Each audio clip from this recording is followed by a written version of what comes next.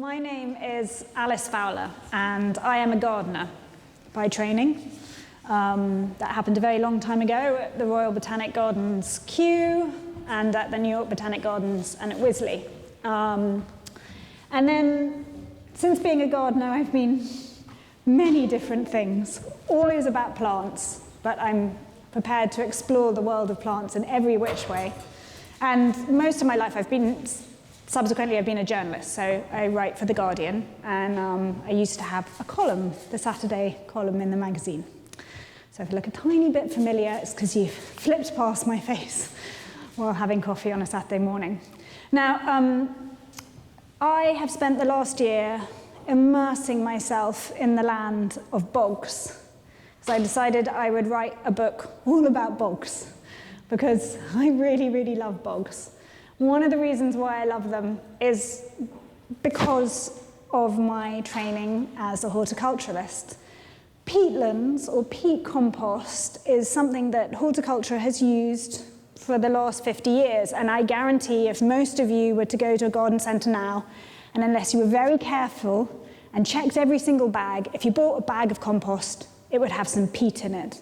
And if you've ever bought some herbs from the supermarket in the little pot, they are pretty much grown solidly in peat. And if you own any houseplants, I guarantee they're grown in peat too. And all the way through my career, for the last 25 years, I've been campaigning to get people to stop using peat in horticulture. 25 years, a lot of words, a lot of exposure, and still we're using peat widely. And in fact, the government still refuses to ban using it. So I thought, right, I'm going to take a year out, quit my job at The Guardian. I'm going to immerse myself in the world of the peat bog and work out what it is about this story that needs to be retold so people start to take seriously why we should quit using peat. And in part of that journey, I completely and utterly fell in love with moss. So now you are coming on my journey with me to fall in love with moss, and hopefully, I imagine that nearly all of you are committed peat-free users if you're gardeners, but it's very easy to go to a garden centre and see a plant that you like and think, oh, I love that plant. And then you look at the compost and you think, oh, I can't really tell, and you buy it. And unless it says it's peat-free, it is definitely not. But there is also a bigger issue about why we should be concerned with peatlands. This is what a healthy peat bog looks like. This is in the Flow country in the northeast corner of Scotland. It's around 1,500 square miles of blanket bog. It is our largest wilderness in the UK, and until the late 90s, it was pretty much being destroyed. So it's only recently that people decided that it mattered. And then in the last 10 years, it has really become something that people understand is unbelievably unique for the UK, but also very important in Europe in terms of peat bogs, and is just about next year, fingers crossed, going to get its UNESCO World Heritage Site. So this is the gold star of peatland bogs, right? They should be really wet. They should be really varied and colourful. And underneath, this is a tiny little island. So you have these wonderful pools, and then you have these tiny little islands. And this island, all of these species, all the colour that you can see above them, is only there because of the mosses. So these are tiny floating peat moss islands. How do I move along? Here's another example. The locals call this mamba, which is miles and miles of bugger all, which isn't really true. There's an awful lot happening. But the defining factor of any kind of peat bog is that when you first look at it, it's mostly brown and very flat. And it's only when you go onto them do you realize that it's a miniature kind of rainforest, essentially. So it is full of life, absolutely packed. And also it has a terrain which is very varied. It goes up and down, up and down. So it's like a miniature world, basically. Imagine these being oceans. And this is a good one. Here's another example of it. Start to see the patterns of the water. They should always be saturated with water. This is our local one. This is just down the road. This is Corsvokna, which is in Borth, or known as Borth Bog. Borth Bog is so this is a blanket bog. Borth Bog is a raised bog. So once upon a time, well, 10,000 years ago, a raised bog was a lake. And then a forest grew up around the lake. And that started to remove some of the oxygen at the edge of the lake because the trees were growing into it. And so as the oxygen was slowly removed from the water, it started to become more acidic, and then the mosses can move in. And the mosses started to take over, and wherever there are mosses, you get more acids. So it gets more acids, the trees do less well, the mosses take over, and then they start to slowly creep across the lake. The lake fills up with lots of debris because it's now full of mosses. That debris sinks to the bottom, and it starts to turn into peat, and the mosses do even better, until eventually the mosses have covered, completely filled in the lake. So that's the beginning of a raised bog. And then 10,000 years later, you get 8 meters of peat and a very flat brown landscape, which I really recognize doesn't look like much. But oh my God, when you go onto it, it's the most beautiful, marvelous, life-changing experience. Now, because bogs nearly always look like this, they look brown and flat, unless you're very lucky to go to Scotland and see them looking like this. Most of them look like this. What that means is that they have had centuries of humans going, well, it's brown, it's a bit useless, isn't it? And actually, when you go on it, it's really wet and really boggy, and you sink. So it's totally useless. We can't do anything with this land. We can't run across it. We can't build houses on it. We can't send cows across it. We can't grow anything on it. Therefore, there's only one thing we should do. We should drain it. And from the 16th century onwards, but particularly in the late 17th to early 18th century, the Dutch came over and they taught us how to drain our bogs. So most of Norfolk is on peat. It's a different kind of peat. It's a fen, and a fen has a more alkali nature, whereas a bog has a more acid. But the fens no longer act like healthy fens because we have drained them. Now, there's one problem when you drain a healthy peat bog. It loses its water. And when it loses its water, something really terrible happens. Because peatlands worldwide store 44% of all of our soil carbon. That is more carbon than every living, growing thing in the world. So all the rainforests, all the temperate forests don't hold as much carbon as a peatland does. And peatland makes up 0.3% of our landmass. So nearly half of our stored carbon is in peatlands, in bogs and fens and marshes and tropical peatlands underground. So the stored carbon is in that deep, dark stuff that when you go to the garden centre and you open up your bag of compost, what you're delving into is probably 2,000-year-old peat that has taken a long time to A, get there, but also holds 2,000 years of past carbon. When peat is wet, the carbon is stored. When peat is dry, the carbon is released back as carbon dioxide into the atmosphere. And right now, the UK has a lot of peatlands. It's got 13% of the land mass, which is a lot. We're a really wet country, so we suit bogs. But there is more carbon dioxide being released by degraded peatlands than there are cars on the road every day. So there is a huge climate problem we have. We have a lot of this land, and we've degraded it in one of 3 ways. We drained it for agriculture, we dug it up in the past as peat compost or as fuel to burn, or we're currently overgrazing it.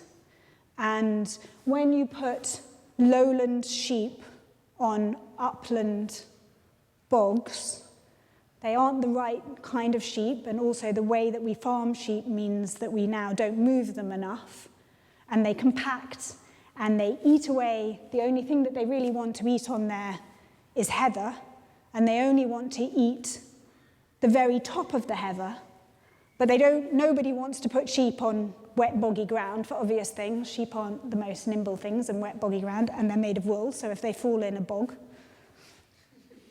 slowly do they sink and not come out. So what farmers have historically done is burn the heather. That's what a moor burn is, if you've ever heard of that, which is something that happens all over the north of England. Every late winter, early spring, you burn the heather with the idea that it regenerates. But what you actually do, so first of all, you have to dry the bog out, then you burn the heather.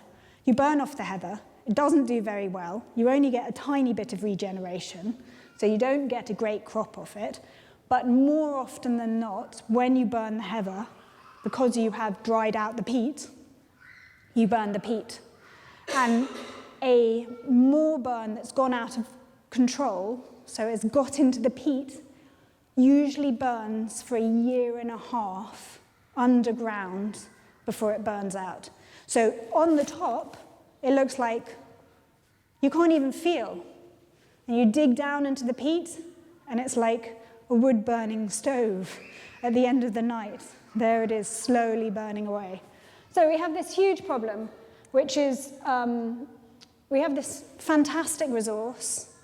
It is truly wonderful. It is fascinating as a place of, just as a habitat, as someone's home. But it's also really, really important to climate change. We have to immediately start restoring our bogs as quickly as possible, because if we let them to continue to decline, they are, like I say, on the smallest level, they're usually about 2 meters deep, but they can be up to 10 to 15 meters deep. If you release 15 meters worth of carbon, you're releasing around about 10,000 years worth of carbon. So that's not something that we need to do. So when I started on this journey, I wanted to find a way to make people fall in love with the boring brown space. So I'm going to give you a little quick guide to the many different bogs you can find in the UK. So, like I said, blanket bog. A blanket bog is nearly always found at high elevations. All bogs can only live because of one thing. They are only fed by rainwater. So they have no water underneath them. There are no rivers or streams or anything flowing into them. They are usually in sort of geological basin-like bits or high up on top of mountains where it rains so much that nothing else will grow but moss. And so a blanket bog is like a carpet, and it blankets itself over the landscape. So if you were to go walking in any of the mountains around here, you'll be walking, if you see some moss below you, and I'll show you how to identify bog mosses, you are on a blanket bog. If you go down to the coast and you find the raised bogs, once upon a time they're called raised bogs because they had a dome, but they now look pretty flat and brown. And again, you look very much for this specific kind of moss, and you're on a raised bog. The raised bogs are slightly more unusual, and that's why they're exciting to find them. And then the final, my very favorite of all bogs, are these ones. This is a quaking bog. And this is down the road, actually. It's about an hour away in Bilthwells. And a quaking bog is a bog that is floating on top of a 10,000-year-old lake.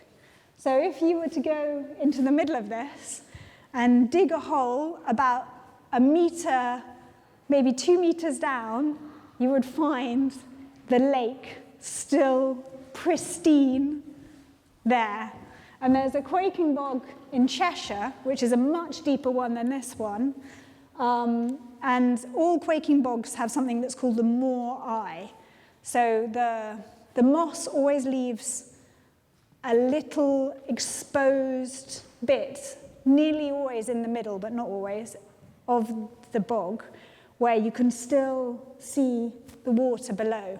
Something about it means that the water needs to breathe, and so there's basically a kind of breathing hole. The bog can't completely enclose it in, or else I think something about bog life that nobody understands happens. Anyhow, you can go and peer in the moor eye, in the Cheshire one, and somebody has actually dived down underneath it and had a look, and it is full of ghost-like trees that have fallen through and are like suspended in this 10-meter deep lake, all white and ghostly, just hanging there. Because what tends to happen on quaking bogs is, because of their mats are floating and there's a lot of water underneath them, trees tend to try and move onto them, and that's what's happened here. These are Scots pines. And on this quaking bog, somebody made a Scot pine plantation for timber 100 years ago, and the bog has dried out just enough for the trees to move on. So the trees have settled and they've got going, and if the bog dries out, although the conditions are very acidic, pine trees and birch trees don't mind that kind of acidity, and some willows, so they start growing. But what has happened here is that the trees have hit the bottom of the peat and found the lake.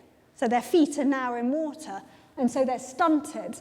So although that these trees are over 100 years old, they're actually only this high. So you go onto this bog, and all around it are these huge 30, 40-foot Scot pines. And then as you go onto the bog, they just get smaller and smaller and smaller. Now, the great thing about a quaking bog is, because it's a floating mat, if you jump on it, the whole thing wobbles. And so if you can get 10 people to jump on it, all the trees wave along like that, which is why it's called a quaking bog. You can actually feel it move. And here, just in the background, can you see there? Peering up are the other trees, which are really, really tall. And then here are these tiny trees. Now, what's really interesting about this quaking bog, compared to the one in Cheshire, is in most quaking bogs, the trees they hit the lake, and then they get too heavy, and they fall through, which is why you could see these like ghostly underground forest when the divers went down into it. But these trees have learned to stunt themselves. So what's really interesting about this is that there must be a fungal community between these trees, the bog, some of the shrubs, which have got into communication because one tree has clearly learned, if you grow really slowly, you'll do all right at this, and then taught all the rest. Because as you get to the edge, they start growing tall again. And the ones in the middle are actually, they don't look great, but they're actually doing really well for trees that shouldn't be able to survive on this. So one of the things that's very exciting about bogs, and people are getting really into them, is it was thought that they were places which didn't have a big fungal community, and that kind of communication that everybody knows about now, about trees talking to each other through mushrooms and fungal roots.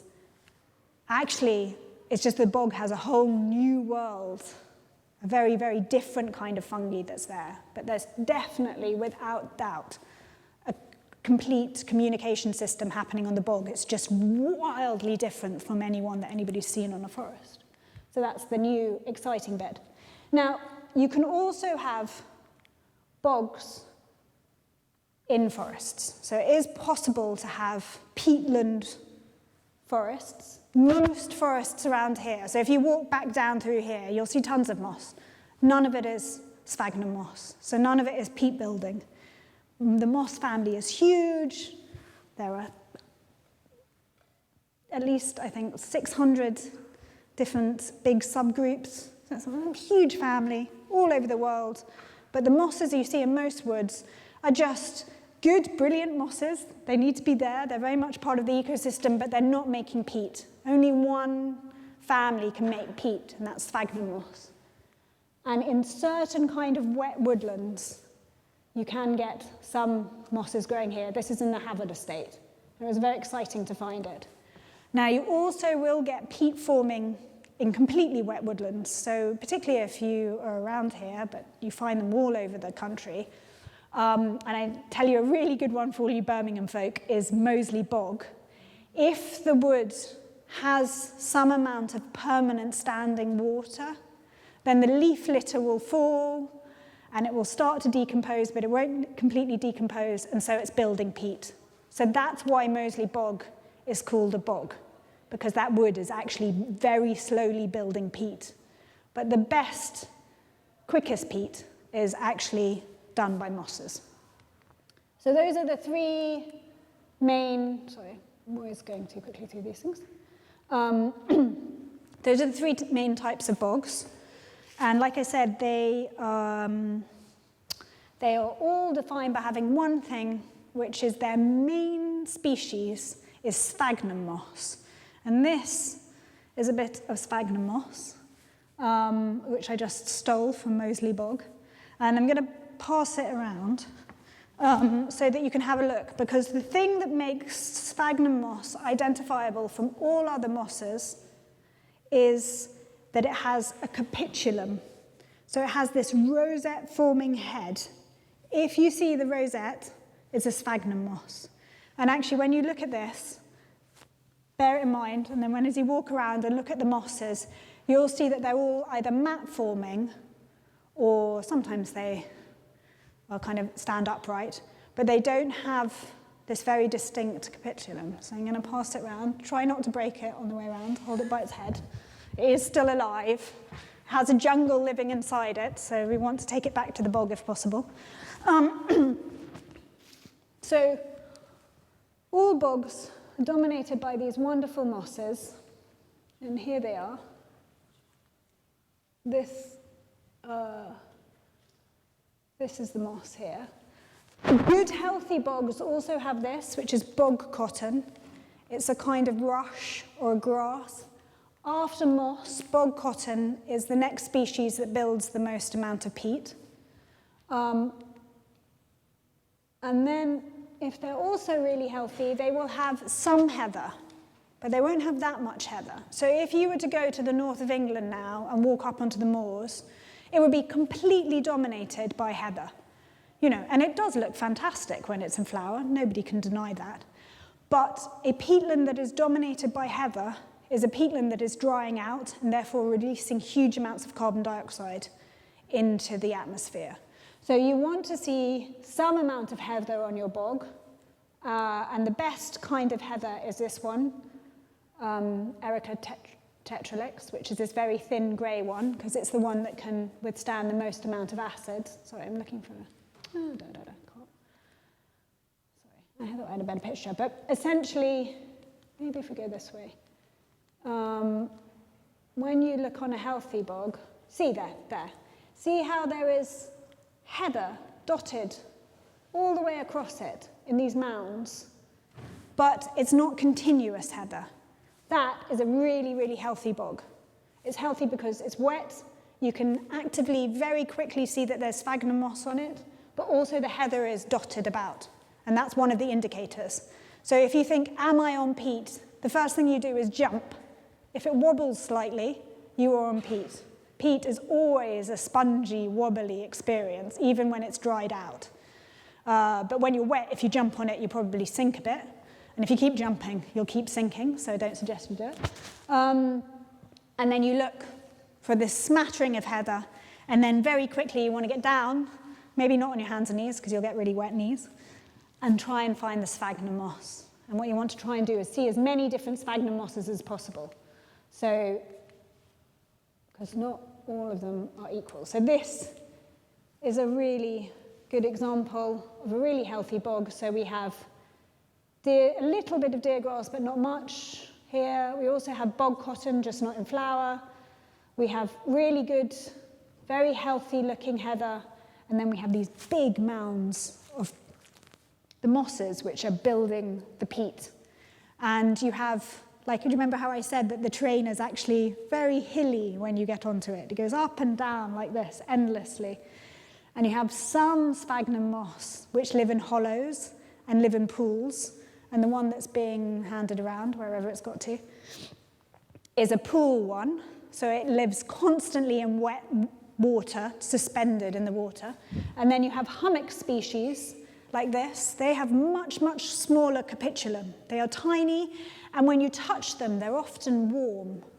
Really, on a sunny day, they think, oh, this is perfect. You understand why people think, oh, I'll just go and have a little nap. They do look like places where fairies would sleep. And these species hold just as much water as the other ones, but they have learned to grow very tightly together. So they conserve all their water. They can't lose any of their water, and then they make these little hummocks. And eventually, these hummocks can grow to 1 meter high. And they're usually about 50 to 100 years old. And then the hummock gets too heavy, and it sinks into the peat and eventually becomes peat.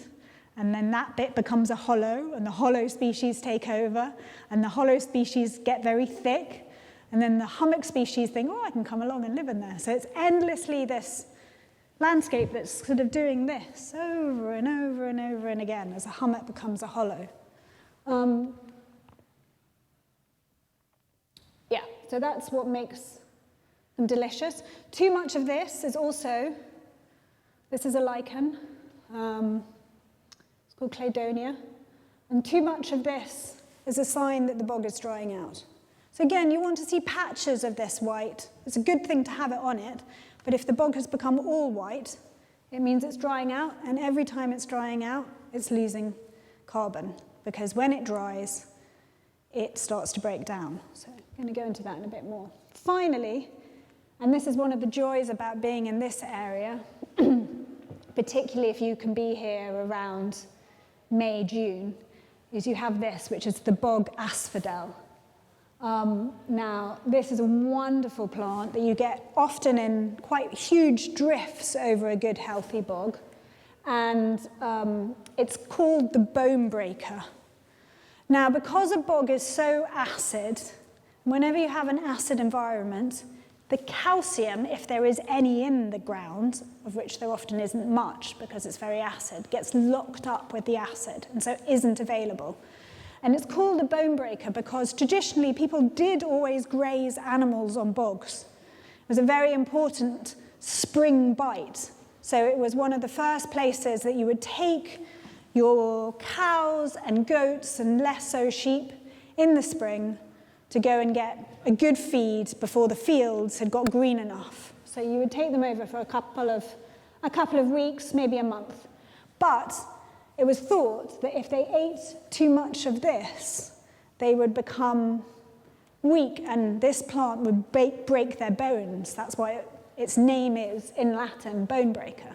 And this is what was thought traditionally for years. And actually, it's not that this plant will break their bones. This is one of the few plants that actually offers calcium on there.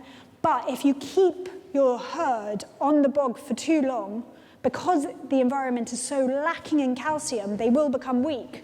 And what happened was they would break their, it's a wet, boggy place, and they would break their bones. And to this day, farmers will often say, but we need to dry the bogs because the animals break their bones. They'll fall in and they'll break their bones.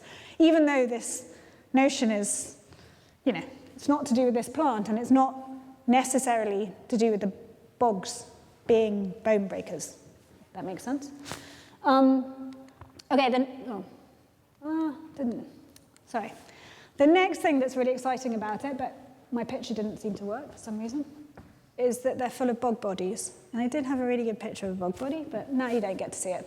The other really amazing thing about bogs and why they are super exciting is that the bog, I'll leave you on a nice picture so you don't have to see that silly thing, is that the bog is also our library. So this amazing sphagnum moss, this tiny, tiny, tiny plant is the one that's making all of that deep peat, right? The smallest, most insignificant plant.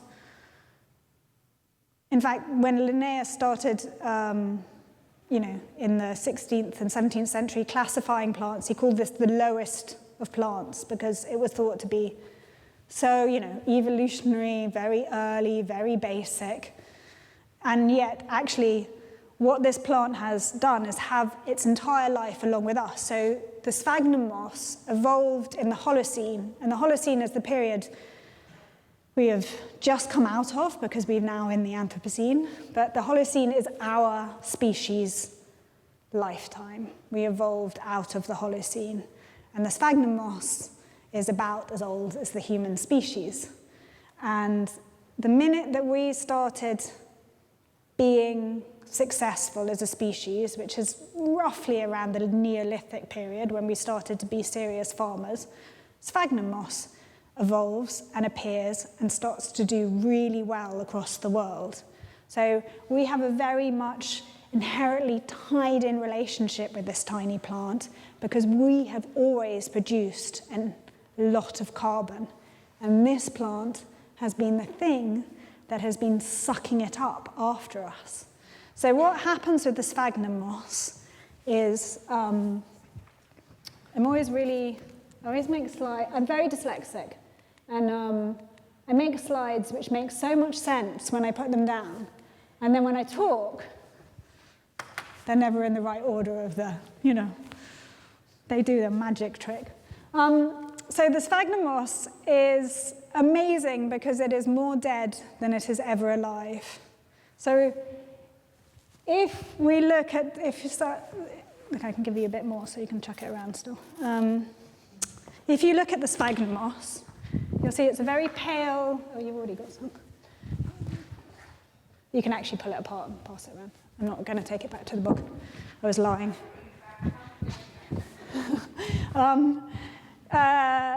So what we're looking at here, if you were to look very, very, very closely at the tip of this, that's what we're looking at magnified. So this is this tiny, so even when you look at it now, you can't imagine that there's kind of another layer down of leaves.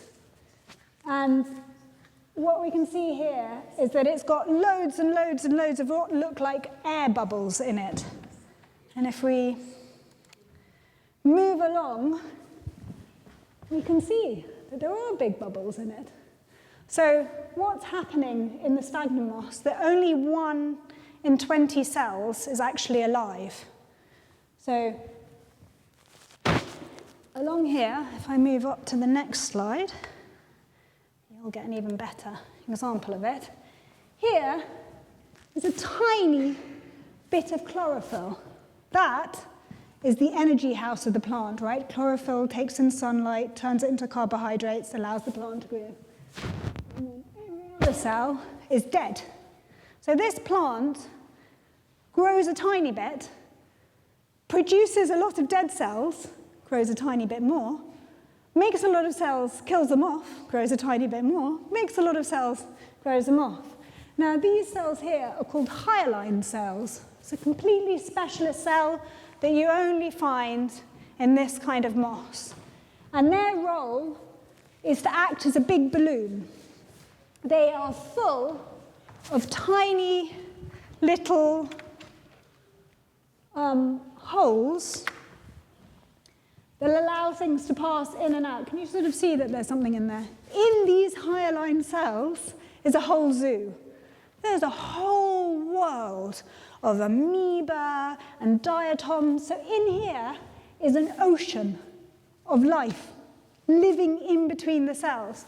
Now, the point of these cells is they take in water, and when they take in water, they can keep the plant alive, but they also allow the plant to stand upright. This is called a lower plant because its vascular system isn't like a tree. So there's nothing that holds it upright other than water. And mosses cannot grow any bigger than they are because they can only grow as big as the amount of water they can hold, right? So they don't have any water, they fall over, but also there is only so much water you can pack and still have space to do photosynthesis. So they're stuck at this size.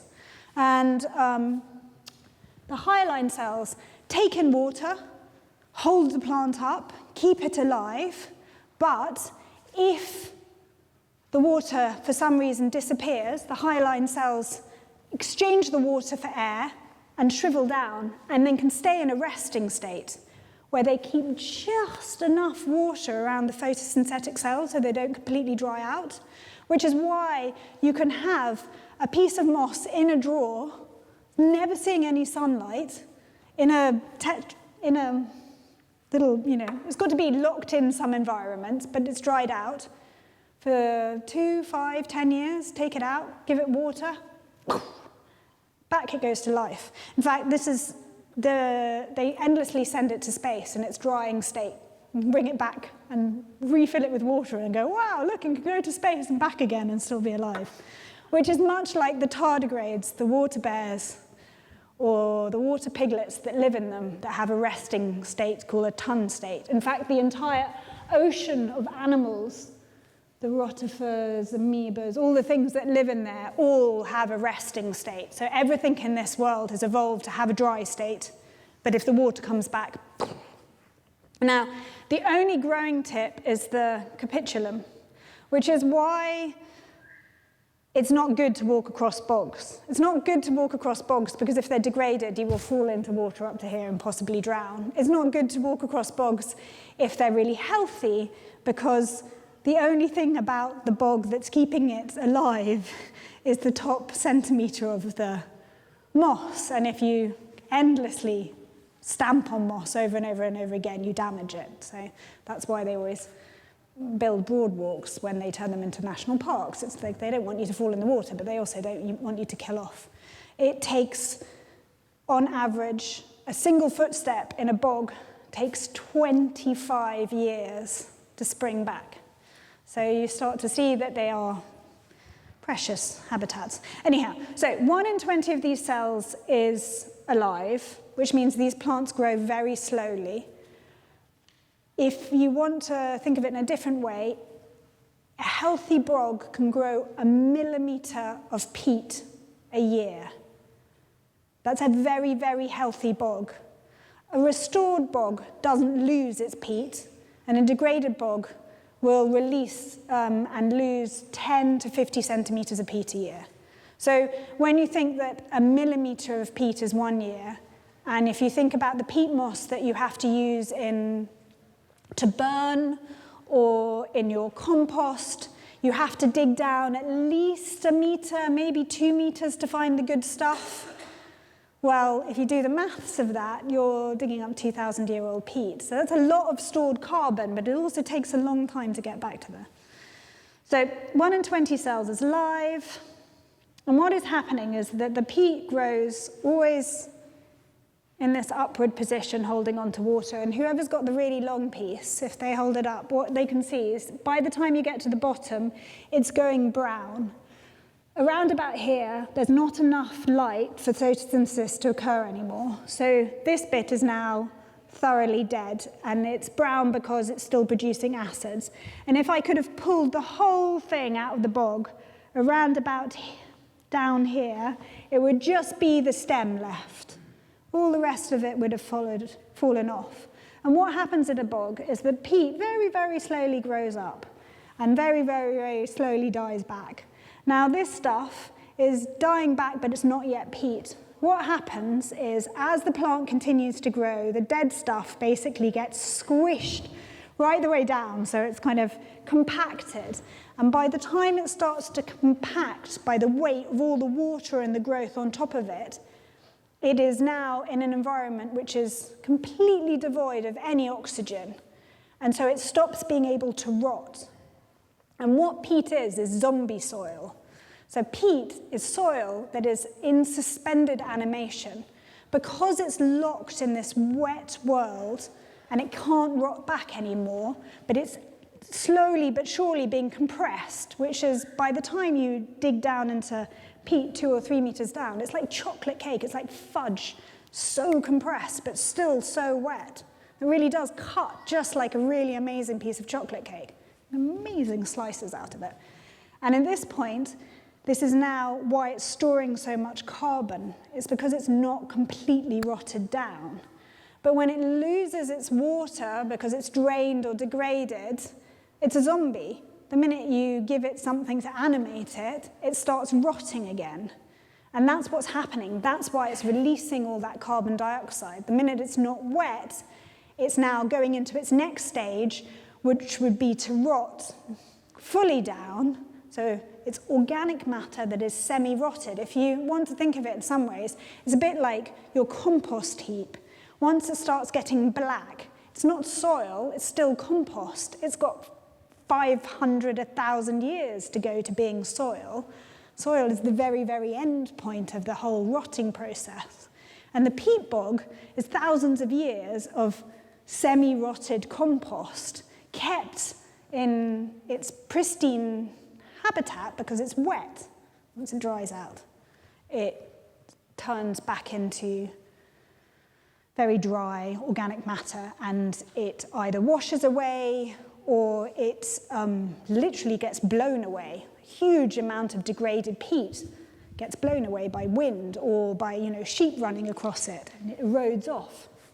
So the mosses are marvelous, and they're doing all the work by keeping the bog both wet.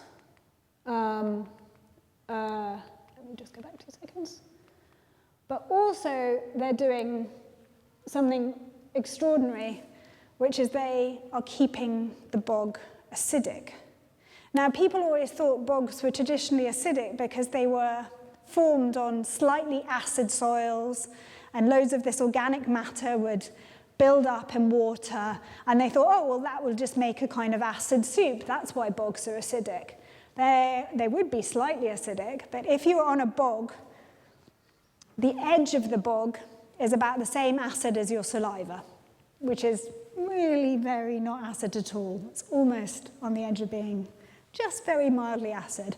And as you walk into the bog, maybe you got a quarter of the way in. It would start to be about the acidity of an orange, and then halfway in, it would get to a grapefruit, but by you're in the middle, it's the same kind of acid as cider vinegar or lemon juice.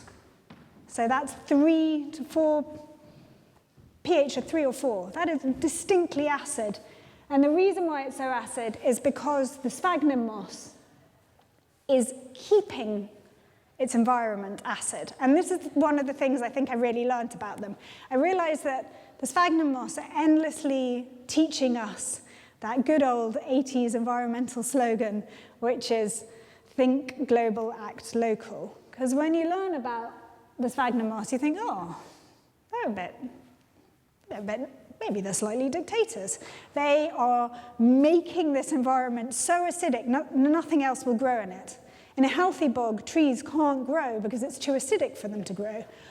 In a healthy bog, the heather can never take over because it's slightly too acidic for the heather to ever do successfully. And that goes on for all the other species, apart from the sundews and butterworts. Everybody else cannot stand how acid it is. But by being acid, the plants can succeed really well in keeping the environment really basically antimicrobial.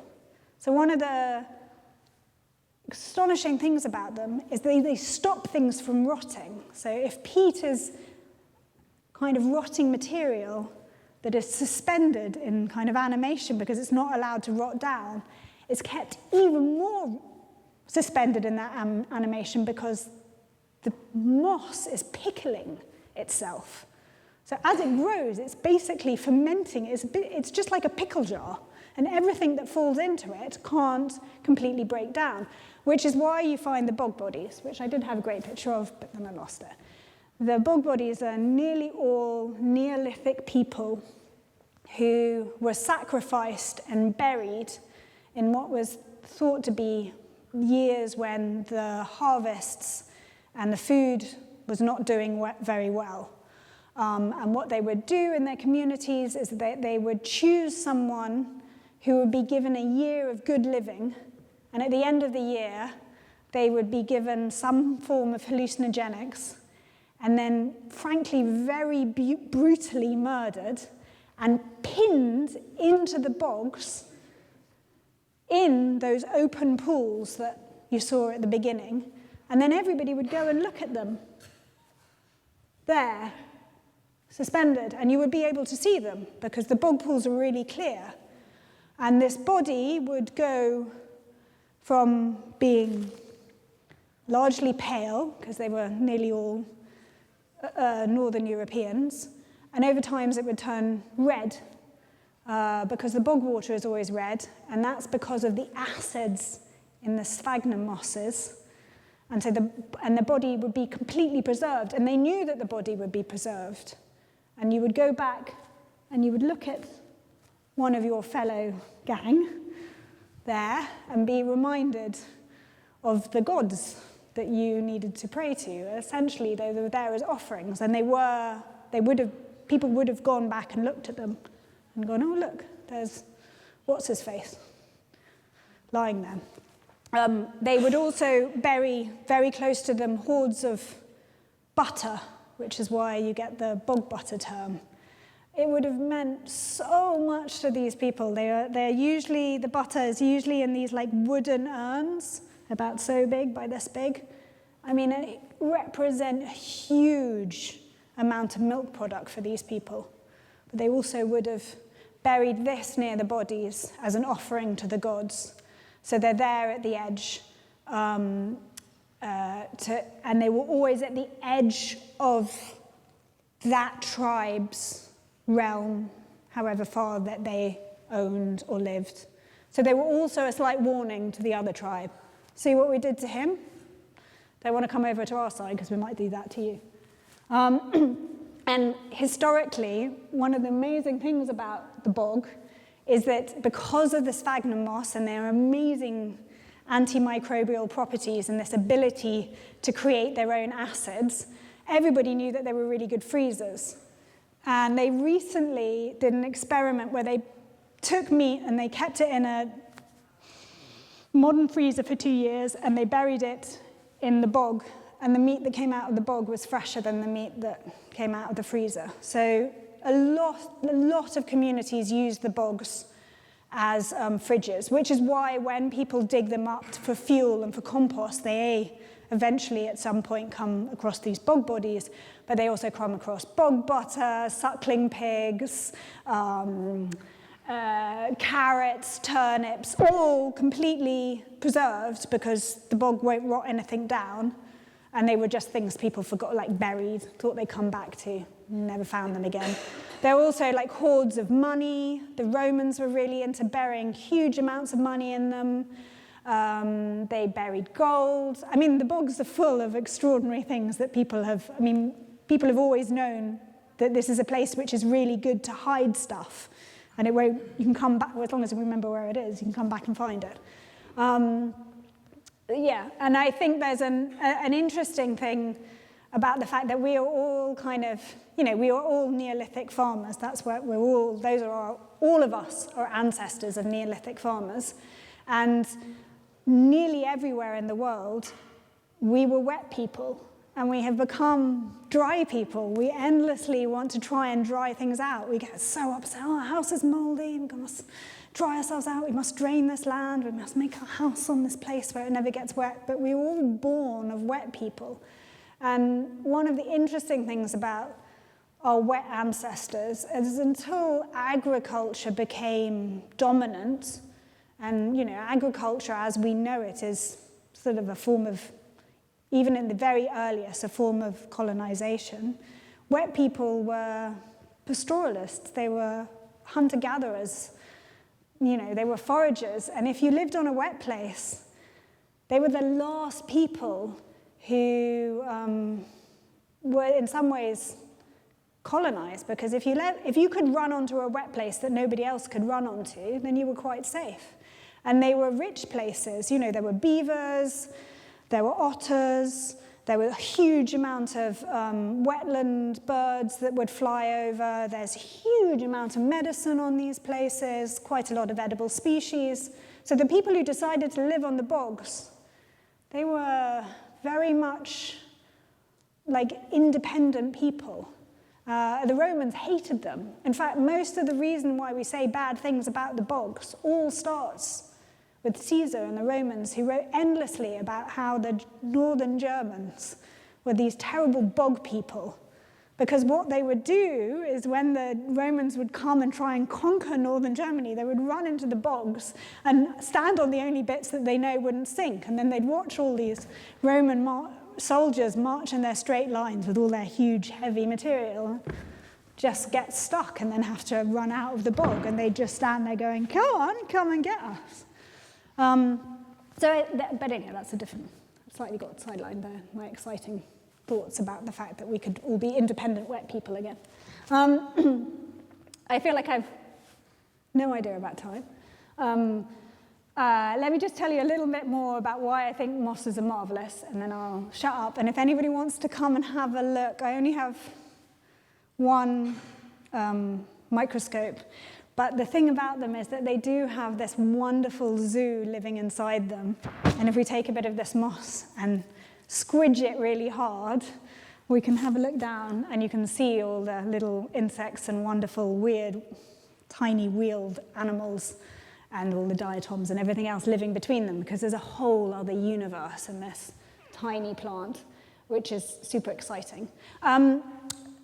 So the mosses build the peat. They are very important. If the land is degraded or dried, you lose the mosses, and if you lose the mosses, you lose the ability to build, for the peat to stay together, and it starts degrading. And so they are the most important bit. So this is a deliciously healthy bit of bog, even if you can't tell. It's green, a little bit brown, a little bit of dying back heather, but there's nothing bad about it. This is what degraded peat looks like. This is actually, I took this picture a couple of weeks ago in Ireland. This is peat that is being cutting for turf to burn.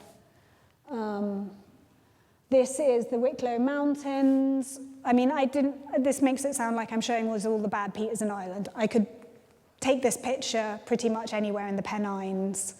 I could take this picture down here in Wales. I could definitely take this picture on Dartmoor, right? So I don't want to suggest that I've done this because it's all in Ireland, but Ireland does have a lot of peat.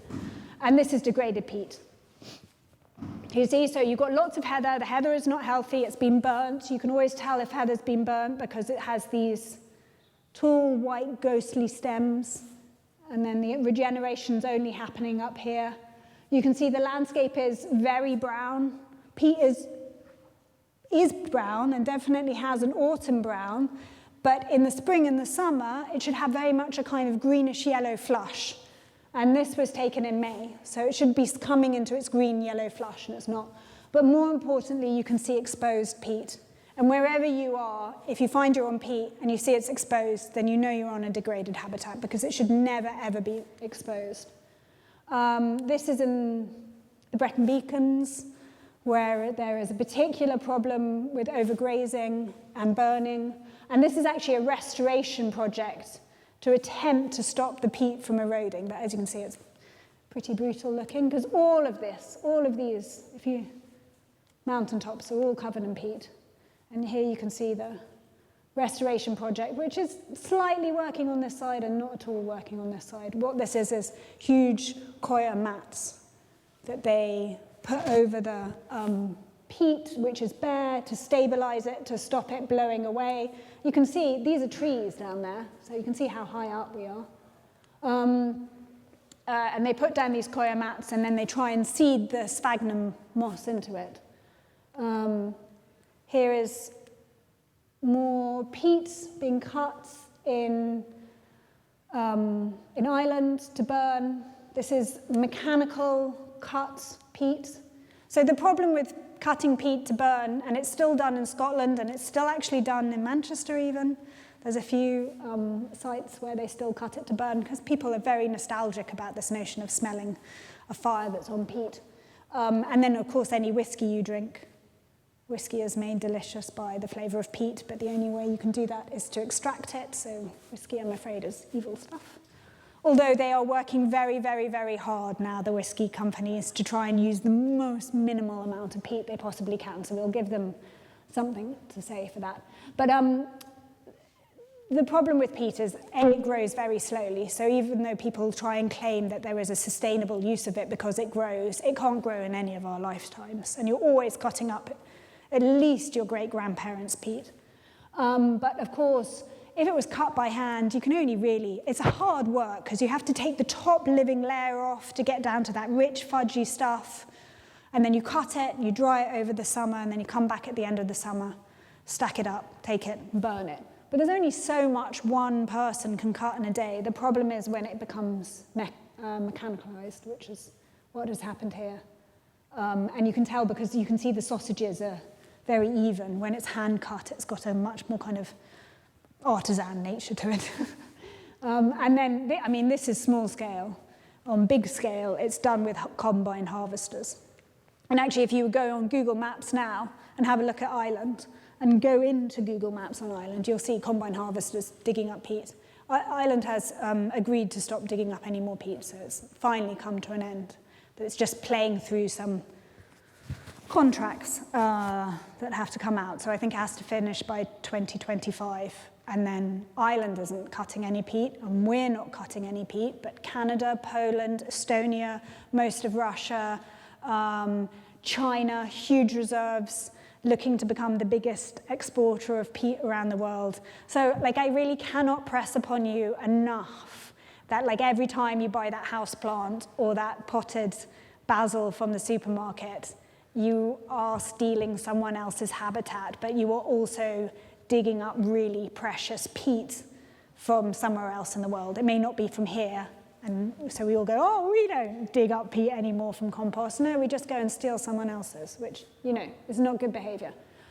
On top of that, to make it much worse, there is peat, like I've been talking about, in bogs in the northern hemisphere, but in the southern hemisphere, in the tropics, the peat is actually produced not by mosses, but by trees. So tropical rainforests are quite often peat bogs. And recently, as 6 years ago, the largest slice of peat was found in the Congo. So it turns out that the Congo rainforest is sitting on top of a huge peat reserve.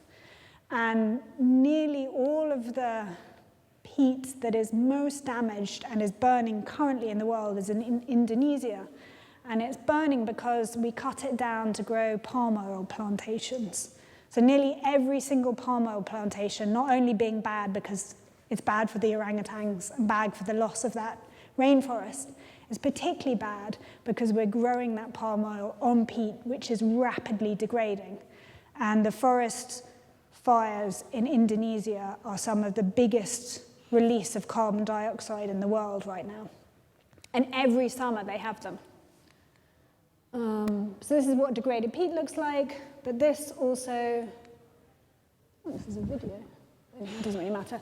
This is a classic peat hag, where if you go to the north, you'll often see a lot of this in the landscape, where you'll see this exposed size of peat. It's fascinating. Go and have a look at it.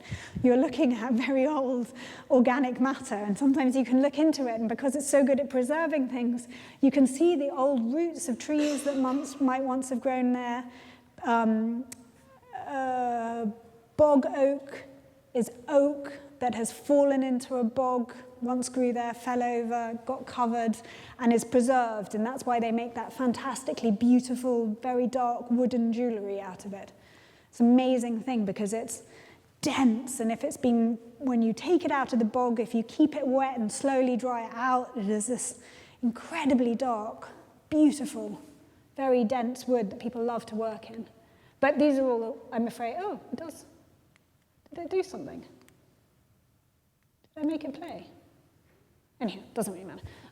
It was showing, if you can see here, there's water running off it. Another sign that you're in a degraded bog is if you can see water rushing off it. Because like I said, they're only fed by clouds.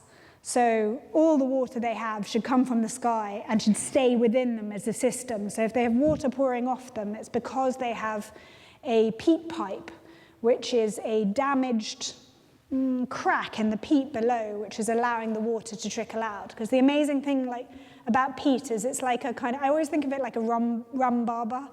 Do you know that pudding? Or like a sticky toffee pudding. You know, like when you look at the sticky toffee pudding, the toffee it doesn't ooze out, but you cut into it, and then it all starts to ooze away. And that's like a bog. To be holding on to all its like good sweet juices, and the minute you break into it, it loses them. There's another peat hag. And finally, if you're on the bog, and this is the other, and I will end on something much more optimistic in 2 seconds. So this is very healthy, wonderful species of sphagnum moss, which has got this lovely wine red color. When the more red they are, the more antimicrobial they are. But when you see this on a bog, this slimy bit, this is because of atmospheric nitrogen, specifically ammonia from dairy herds. And the increase of ammonia in our atmosphere from dairy herds is because these are rain, cloud-fed places that exist completely on the rainfall. These clouds take in the ammonia and as dust, and then drop it on them, and wherever the ammonia is deposited, then the sphagnum doesn't do so well and rots off and dies. So we are doing a lot of bad things to them, but the good thing is we are actually trying to restore them really, really quickly. And there's a lot of amazing work. People are coming up with the most wonderful, imaginative, inventive ways of trying to restore these peat bogs. They mostly use a system where they fly over or use satellites, and they bounce off. They use LADAR, so they bounce off a radar to the ground so they can see underneath the actual geology of the space, and then they build up these bunds on top of the peat which hold back the water, and then the peat behind it starts to regenerate, and then the next year they go and build a next bund following the lay of the land, and this bit starts to regenerate, and they will regenerate really, really, really quickly. So that's the most wonderful thing about them. Once you start to put water on them, they are so desperately, keenly alive to be being something. So my first thing is the peatland community is amazing, and if you're young and you're interested in ecology and restoration and conservation, I would really suggest looking into the peatland community. It has got a lot of money. It is a great job. You get to spend wonderful time up mountains, on bogs. It's full of great technology. There's just, huge amount. If I was young and had my life again, I'd be throwing myself 100% into the peatland restoration work because it's awash with great jobs. They are doing wonderful things. They need more support. One of the reasons why I started to write this book is that I want people to fall in love with them. I think one of the best things you can do above and beyond not buying peat, not burning peat, trying to be palm oil free, is please go and visit your local bog. Everybody has one. They are all over the place. There's even one in the center of Birmingham in Moseley, Please visit your bog and go and learn something about these wonderful spaces and go and look at these wonderful mosses.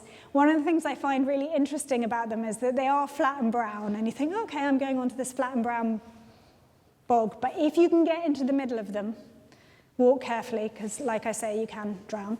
But if you can get into the middle of them, and lots of them that have been turned into nature reserves do have these wooden walkways out, and you can get to walk on one of these walkways, and you can lie down and lie on your back and look at the sky and turn your head to the side and see these wonderful hummocks of mosses. It is a really exciting place. There is something about mosses that we must have an evolutionary relationship with, because you go into a woodland and you are calmed, and you go up to a mountain and you are in awe of the view, but you go onto a bog and you come away excited. They are really excitable places. I think there's something about the many different colors of the bog mosses, which run from like yellow and green and pink and red, but also their varied habitat. If you can spend more than 10 minutes on them, if you can preferably spend an hour, you will come away like thrilled and full of life. I have not met a single person who doesn't get addicted to them.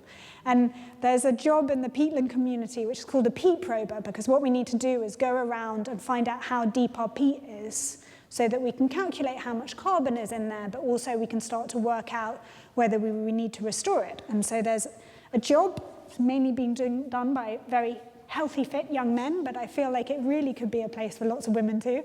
And you go along with this stick, which has meter-long bits, which you tie up, and you push it into the ground, and you do it until you can't hit any further. And when you get to the bottom, you're usually on rock, and then you can count how much peat is.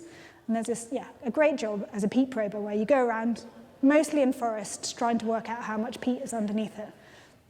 And I meet a lot of peat probers this summer when I've been walking around interviewing people about restoration work and stuff. And they're all got this glow. They have this like happy glow. And you say, what is it? What is it about this job? You spend hours on your own. You're walking around with a stick, just shoving it into the ground. And they say, yeah, well, we get to these places in the wood where they're full of the mosses. And the mosses, particularly in the woods, are this species which is this sort of very neon green. And they're like, if you hang out with these mosses for any amount of time, something happens to you. And they all say, these very serious people, they all come away with this like slightly trippy, in-love thing about the mosses. So yeah, they are a place of great joy. So please, please go and visit them and find out a little bit more about the wonders of these joyous places and be more moss-like. Yes, they are very acidic and slightly spiky in their nature, but by making their world locally good, they do a huge global brilliance. And I think, like, the more I find out about them, the more I think they are really wonderful beings. They are small, and yes, they are insignificant, but in their masses, they do extraordinary stuff. And I think if we could take one thing away, is that you cannot, on your own, change anything, but many of us can change a lot. And these small little guys, when they're brought together in a gang, they alter our entire world. They have made the world breathable for us. Like I say, they evolved with us as a species. And so it's thanks to them that we are here, really. And if that small, tiny thing that's so easily overlooked, then that means there's 101 other of these things outside.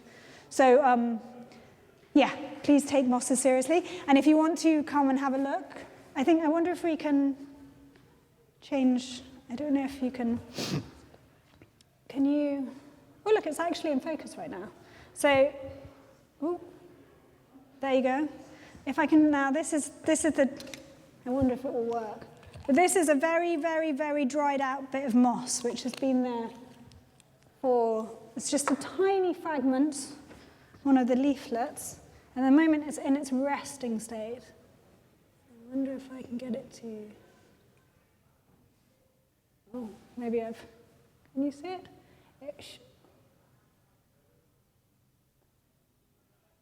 Maybe I can try and,